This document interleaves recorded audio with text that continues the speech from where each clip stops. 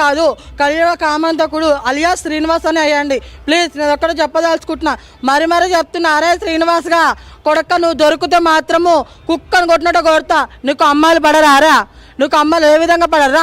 ఇద్దరు ముగ్గురికి పెళ్లి చేసుకుంటావు కదా నా కొడక, నువ్వు చిల్లర నా కొడక. అతను చెప్తున్నది ఏంటంటే నేను అంగాన్ని పరమశివుడికి అర్పించాను అంటున్నాడు. కానీ చిన్నప్పుడే నేను వెళ్ళిపోయాను, నాకు ఆ దేవుడి మీద మక్కువ ఎక్కువ అంటున్నాడు. కానీ ఒక సంవత్సరం క్రిందటే తను ఆపరేషన్ సర్జరీ చేయించుకున్నట్టుగా కూడా తెలుస్తుంది.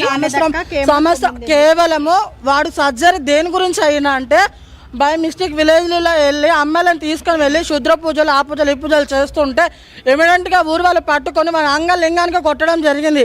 కొట్టడం జరగడం వల్ల వాడికి ఇన్ఫెక్షన్ అయ్యింది. ఇన్ఫెక్షన్ కావడం వల్ల వాడు మా ట్రాన్స్ కమిటీకి ఎవరైతే ఉన్నారో వాళ్ళని పరిచయం చేసుకుని వాళ్ళని ఒక గురువులాగా ఎన్నుకొని వాళ్ళ దగ్గర 41 days ఉండి మేమైతే ఏ దేవుడికైతే ప్రార్థిస్తామో, ఏ దేవుడికైతే మా కులమైన మురిగిమాత పటానికి మేము పూజ చేస్తామో ఆ దేవుడికి మొక్కుకొని వాడికి సర్జరీ అయ్యాడు. అయిన తర్వాత వాడు సర్జరీ మీరు 1 year అవుతుంది అంటున్నాడు. సర్జరీ వాడు 1 year అవుతలేదు, వాడు సర్జరీ కేవలం 9 months అవుతుంది, అంతకన్నా ఎక్కువ ఏం కాలేదు. అరే కొడుక, నువ్వు ఇంకొకసారి వీడు ఏమంటున్నాడు, మాకు ట్రాన్స్జెండర్స్కి యూరిన్లోకి పినిస్గాని పోదు అని అంటున్నాడు. అరే నువ్వు రారా, నువ్వు నా కొడుక, మాకు యూరిన్ కాదు, నీకు ఏది బొమ్మని అది పోయిస్తాం రా మా లోపల, సరేనా? నువ్వు రా నా కొడక. అరే నువ్వు కొజ్జోడు కాదు, నువ్వు మొగోడు, పచ్చి మొగను, నువ్వు మొగోడా, అర్థమవుతుందా? వీడు ఇంకోడు కలియాగ కామాంతకుడు, వీడు నాకు అమ్మాయిలు నచ్చరు అన్నారు. అదే మీడియాలో ఒక అమ్మాయిని మీరు మస్తు అందంగా ఉన్నారు, మీ అందానికి నేను ఫిదా అయిపోయినా అన్నాడు. అదొకటి. మనం వాయిస్ రికార్డింగ్ కాల్ విన్నాము రీసెంట్లీగా. అమ్మాయి ఫస్ట్ మొదటి భార్య అంట. మొదటి భార్య అని చెప్పుకుంటున్నవారా నాయన? ఎడబుట్టినవరా నువ్వు అసలుకి? నువ్వు అసలు మనిషి అనతో నేను మనిషి అని పేరు పెట్టి పిలుస్తారా? పాన్స్ పౌడర్ 10 రూపాయలు పాన్స్ పౌడర్ పెట్టుకోకున్నా 5 రూపాయలు లిప్స్టిక్లు పెదలకు పెట్టుకొని బెర్ర పెదాల్లాగా పూటకు ఒక వేషం వేస్తాడు వీడు. పూటకు ఒక వేషము, పూటకు ఒక గతి. వీడు మళ్ళీ సమాజంలో ఏమంటాడు, సమాజాల దగ్గర పోయి ఇక్కడ నుంచి ఇక్కడ దాకా ఒక బాడీలో ఒక పాట తింటా నేను అన్నాడు.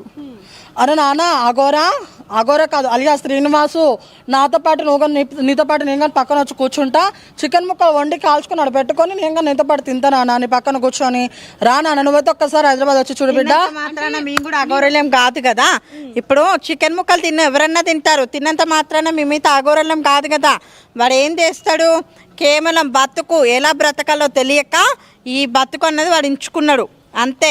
ఆ అమ్మాయికి కూడా, శ్రీవర్షిని కూడా చాలా ఒకప్పుడు ఏమన్నది, నేను తనని ఒక అమ్మలాగా, అమ్మ కూతుర్ల బంధం అన్నది.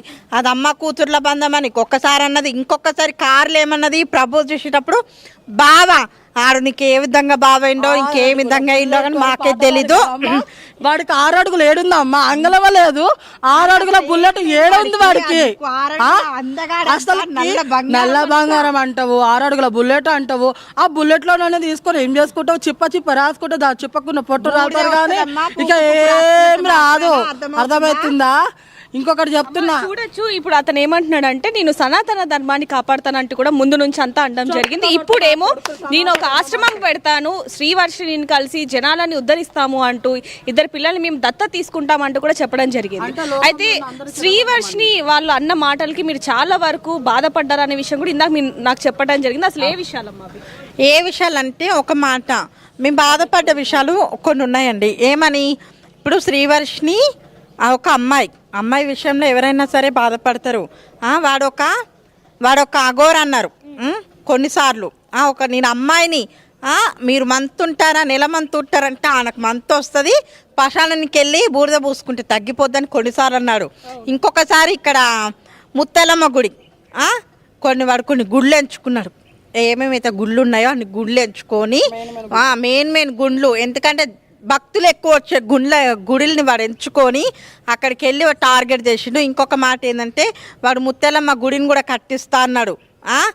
అంటే ముస్లిం వాళ్ళని, క్రిస్టియన్స్ వాళ్ళని ఉండొద్దు, మీరు వెళ్ళిపోవాలి, మిమ్మల్ని నరుకుతా అది ఇది అని అన్నాడు. అసలు వాడు ఎలా మనిషి అయిందో మాకైతే తెలీదమ్మా. వాడిని మాత్రం మీరు అఘోరని అనొద్దు.